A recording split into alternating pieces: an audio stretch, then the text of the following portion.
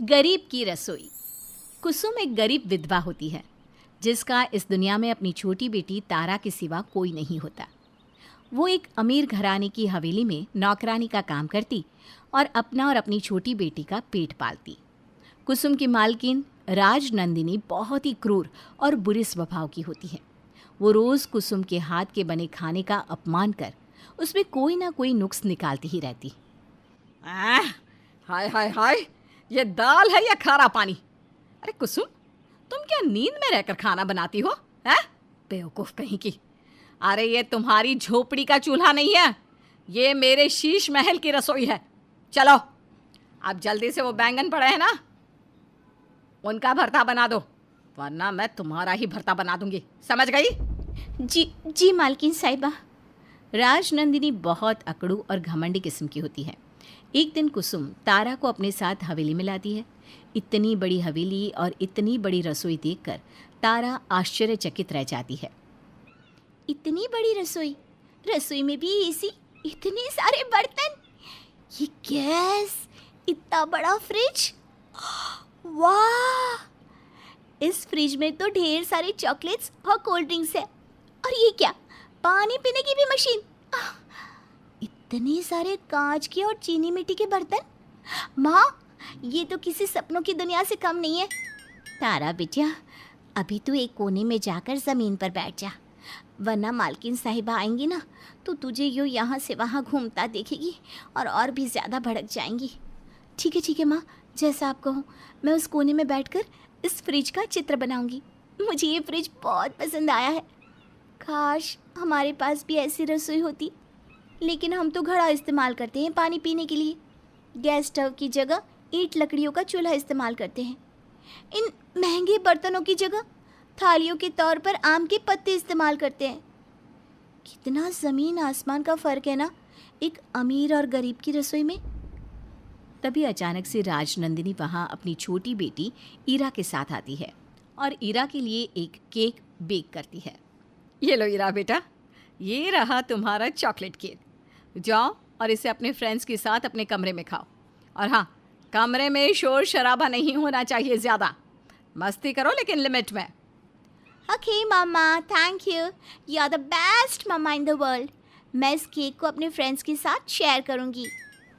ईरा उस chocolate cake को लेकर चली जाती है। फिर तारा देखती है कि राजनंदिनी फ्रिज में से सारा बचा हुआ खाना एक बॉक्स में भर रही है और वो उसे डस्टबिन में फेंक देती है और वहाँ से चली जाती है। अरे बाप रे, ये बड़की मालकिन ने तो सारा का सारा खाना फेंक दिया। उतना सारा खाना तो मैं और माँ पूरे 1 से 2 हफ्ते तक खा सकते थे। फिर एक रोज़, सुनो कुसुम, आज घर पर महेश के कुछ बहुत ही इंपॉर्टेंट बिजनेस क्लाइंट्स आ रहे हैं। उनके खाने में कोई कमी नहीं होनी चाहिए। सारे पंच पकवान बना दो और हाँ, खाना स्वादिष्ट होना चाहिए। तुम्हारे पास सिर्फ 1 घंटा है। 1 घंटा? मालकिन साहिबा, 1 घंटे में कैसे निपटाऊंगी मैं सारा काम? पंच पकवान बनाने हैं, उन्हें बनाने में तो समय लगेगा ही। मुझे कुछ नहीं पता, लेकिन खाना समय से बन जाना चाहिए। तुम अपने घर में खाना नहीं बना रही हो। जो तुम्हारे डिसीजंस मैं चलाऊंगी। ये तुम्हारी नौकरी है और एक नौकर को अपने मालिक के दिए काम को समय से निपटाना ही होता है, हर हाल में। कुसुम जल्दबाजी में फटाफट सारा खाना बनाना शुरू करती है। वो एक ही साथ सब्जियां, रोटियां और अन्य पकवान भी बनाती है और उसी जल्दबाजी में उसका हाथ कट जाता है और एक कीमती कांच की महंगी कटोरी का सेट भी नीचे गिरकर टूट जाता है और सारी कटोरियां टूट जाती हैं। Oh no! अरे इडियट डफर, ये क्या कर दिया? तुम्हें पता भी है ये बॉल्स का सेट कितने का है? तुम्हारी तनख्वाह से भी महंगा है ये सेट। अब तो मैं तुम्हारी तनख्वाह ही काटूंगी। लेकिन मालकिन साहिबा, मेरा हाथ। कुसुम के हाथ से बहुत ही खून बह रहा था। राजनंदिनी को अपना नुकसान दिखाई देता है, लेकिन कुसुम की चोट नहीं। कुसुम रसोई के कोने में बैठकर मुंह पर पल्लू दबाए बिलक बिलक कर रोती है। कुसुम रोज़ाना घर जाते वक्त लकड़ियाँ और ईंट ले जाती और फूंकनी से चूल्हा फूंक फूंक कर खाना बनाती। उसकी रसोई में तो सारे डिब्बे खाली रहते, ना चीनी, ना नमक, ना आटा, ना चावल। कभी कभी तो पानी का मटका भी खाली होता। फिर वो 2 घंटे की दूरी पर चल के जाती और गांव की कुएं से पानी भर कर लाती। एक दिन की बात है जब राजनंदिनी की हवेली में माता की चौकी रखी जाती है। उसमें कुसुम ही सारा खाना बनाती है, छोले, पूरी, चने, खीर, शीरा, माता रानी का प्रसाद भी। सभी मेहमानों को खाना बहुत पसंद आता है। तुम हो ना इस घर की नौकरानी, बहुत स्वादिष्ट खाना बनाती हो। शीरा तो एकदम ज़बरदस्त और लाजवाब बना है। माता रानी तुम्हें हमेशा खुश रखे बेटा। हाँ, पूरी सब्जी भी शानदार और मज़ेदार बनी है। मज़ा आ गया आज माता की चौकी में। राजनंदिनी बहुत लकी है जो तुम उसकी हवेली में खाना बनाती हो। तुम्हारे हाथों में माँ अन्नपूर्णा का वास है कुसुम। मेहमानों को कुसुम की तारीफ करते देख राजनंदिनी को और भी गुस्सा आता है। राजनंदिनी पूरी हवेली में आए लोगों को खाना और प्रसाद देती है, लेकिन कुसुम को नहीं देती। मालकिन साहिबा, मुझे खाना और प्रसाद दे दीजिए ना, शायद आप भूल गई हो। मैं तुम्हारी तरह बूढ़ी नहीं हो गई हूँ जो सब कुछ भूलने लग जाऊं। मैंने तुम्हें जानबूझकर खाना और प्रसाद नहीं दिया है। हम नौकरों को पानी तक नहीं देते, खाना तो बहुत दूर की बात है। चलो चलो, बहुत रात हो गई है, दफ़ा हो जाओ अभी। कल सुबह 7 बजे ही आ जाना। नाश्ता 8:30 तक बन जाना चाहिए कैसे भी। फिर चाहे तुम्हारे हाथ की चोट दर्द करे या जो भी हो, मैं तुम्हारे ड्रामे नहीं चलाने वाली, समझ गई? जी मालकिन साहिबा, ठीक है। रात के 10 बज चुके थे। कुसुम का घर एक जंगल की झाड़ियों में होता है और इतने घने अंधेरे में घर तक पहुंचना मानो किसी डरावनी गुफा को पार करने जैसा होता है। फिर भी जैसे तैसे जंगली जानवरों की आवाज़ को सुन सुनकर और हिम्मत जुटाकर कुसुम अपने घर पहुंच जाती है। घर पहुंचने पर वो देखती है कि तारा भूखी प्यासी बैठी है। फिर कुसुम फटाफट गर्मा गर्म फुलके सेकती है और तारा को खिलाती है। ऐसे ही एक दिन राजनंदिनी, महेश और उनकी बेटी ईरा तीनों भी जंगल में पिकनिक मनाने आते हैं और तभी अचानक से मौसम बिगड़ जाता है और गांव में हर तरफ भीषण बारिश होने लगती है। मम्मा, मुझे जोरों की भूख लग रही है, खाना खाना है।